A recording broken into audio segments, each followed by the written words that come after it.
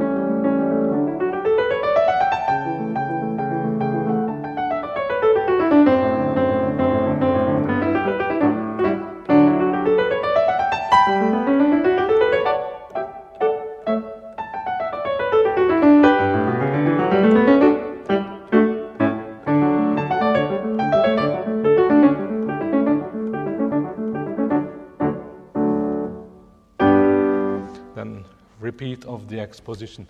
So this is very beautiful, quite predictably classical music. But again, if you compare this to the rather silly sonatinas of Clementi or Haslinger, then this is pure gold. And again, I would encourage young children to play this because it's very beautiful. It also enables them to get an introduction to the classical style and the classical way of playing. And in this sonata, there are almost no instructions by Beethoven. There are no dynamics. In this movement, none at all. In the second movement, only twice pianissimo. But that doesn't mean that one should play this music in one color, and the performer has to be the second composer here, and we have to compose dynamics. This is also wonderful because it gives us a certain liberty. So obviously, I would start this movement with a healthy poco forte, and continue piano.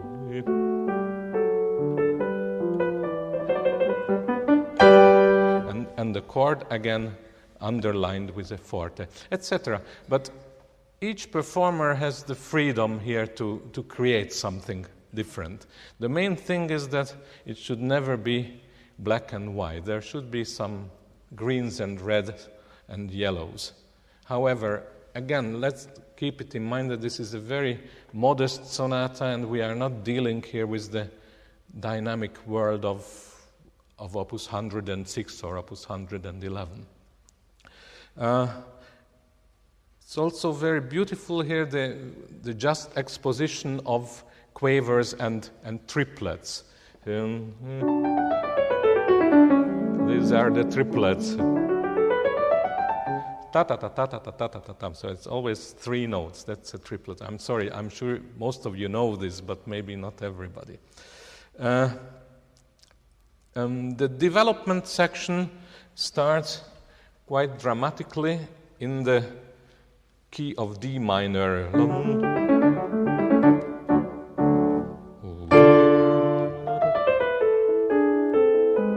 And then A minor.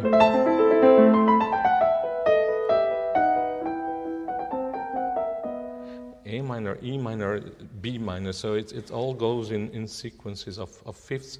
And then comes again something new.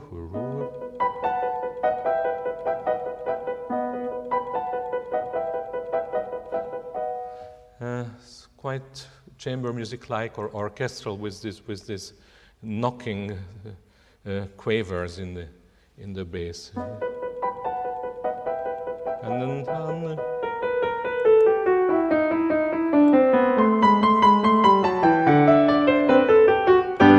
and just 4 bars of a bridge, a transition, and then we are back in G major and back in the recapitulation, which is then quite predictable and quite usual, if I may say so. But now let's go to the second movement, which you will recognize immediately.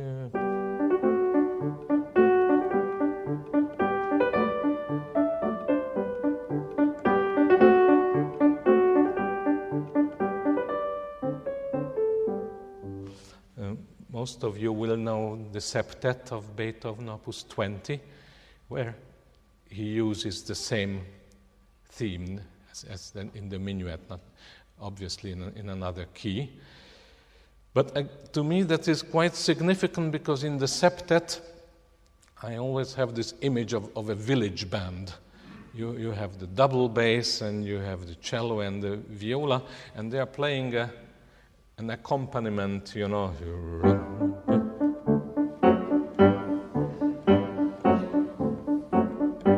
And which is a rustic, a village dance. Now, in the piano sonata, there is no indication for the articulation. He just writes detached quavers in the left hand, which, most of the time you hear pianists play this, but they play this.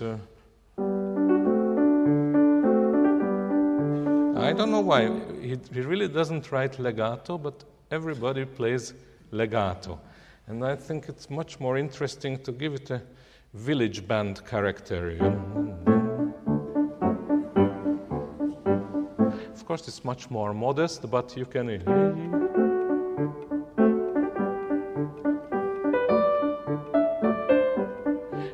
And the melody is legato, of course. So there you have a just exposition of legato melody and the staccato accompaniment, and it's much more interesting.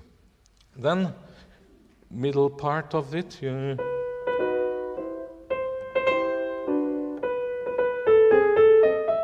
and then he repeats it an octave higher.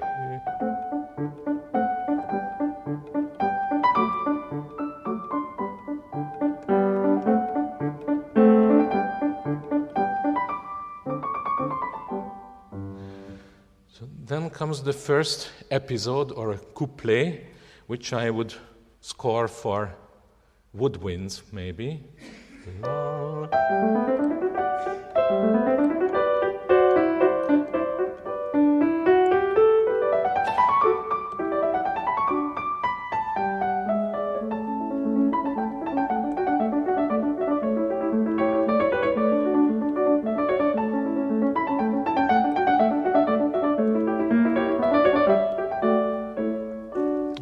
You can hear this music on clarinets and bassoons and flutes. Then little transition, and the minuet returns. Now, I do take the liberty here of adding little ornaments. The other day, a professor in Rome came to me and said, "What edition you are using?" And I say, using the Henle edition. "But you are playing ornaments." And I said, "Yes, sir, I'm playing ornaments, but they are not in the score." And I said, "Yes, but this is an occasional piece of Beethoven, and he was a great improviser, and I just don't believe that Beethoven would have played this minuet theme 6 times exactly the same." And he was looking like that. And he said, "Well, I have heard that you are allowed to use ornamentation in Haydn and Mozart, but in Beethoven."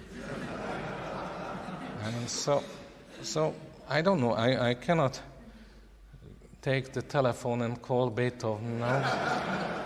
I wish I could, but it's really, improvisation is a very important part of all music and of the classical style. And I think we live in very poor times today that this is even an issue today.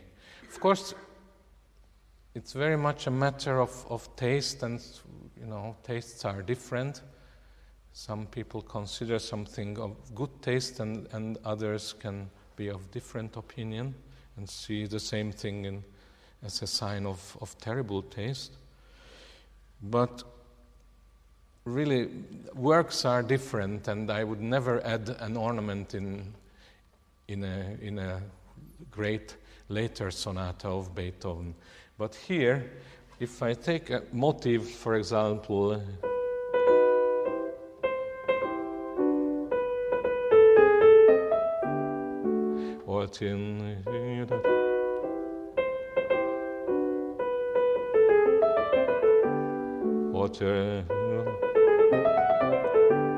always add a little more, because it should really not be 6 times the same. But this is my modest opinion, so you may like it or hate it. It's your choice.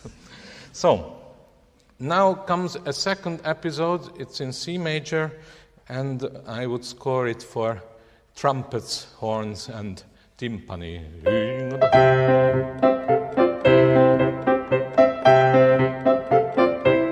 And then the strings.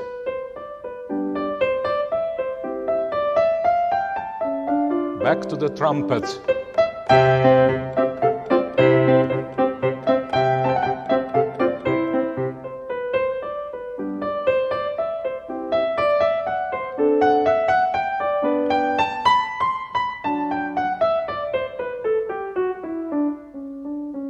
This is one of the 2 times that he writes a pianissimo, but those are the only 2 places.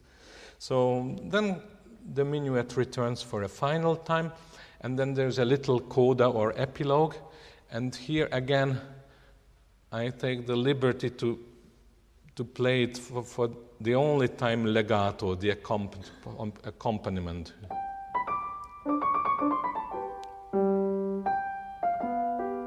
Because it's different.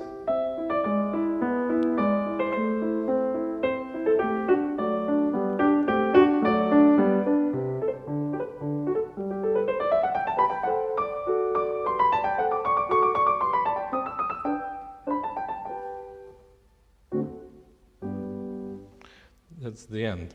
And again, even these last 2 chords, you have the choice of playing it piano or pianissimo, or you may choose to play it forte and with an exclamation mark. I think it's, in such a modest movement, it's more appropriate.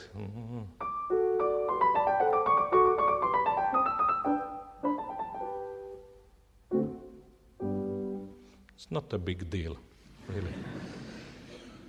So that was Opus 49, and now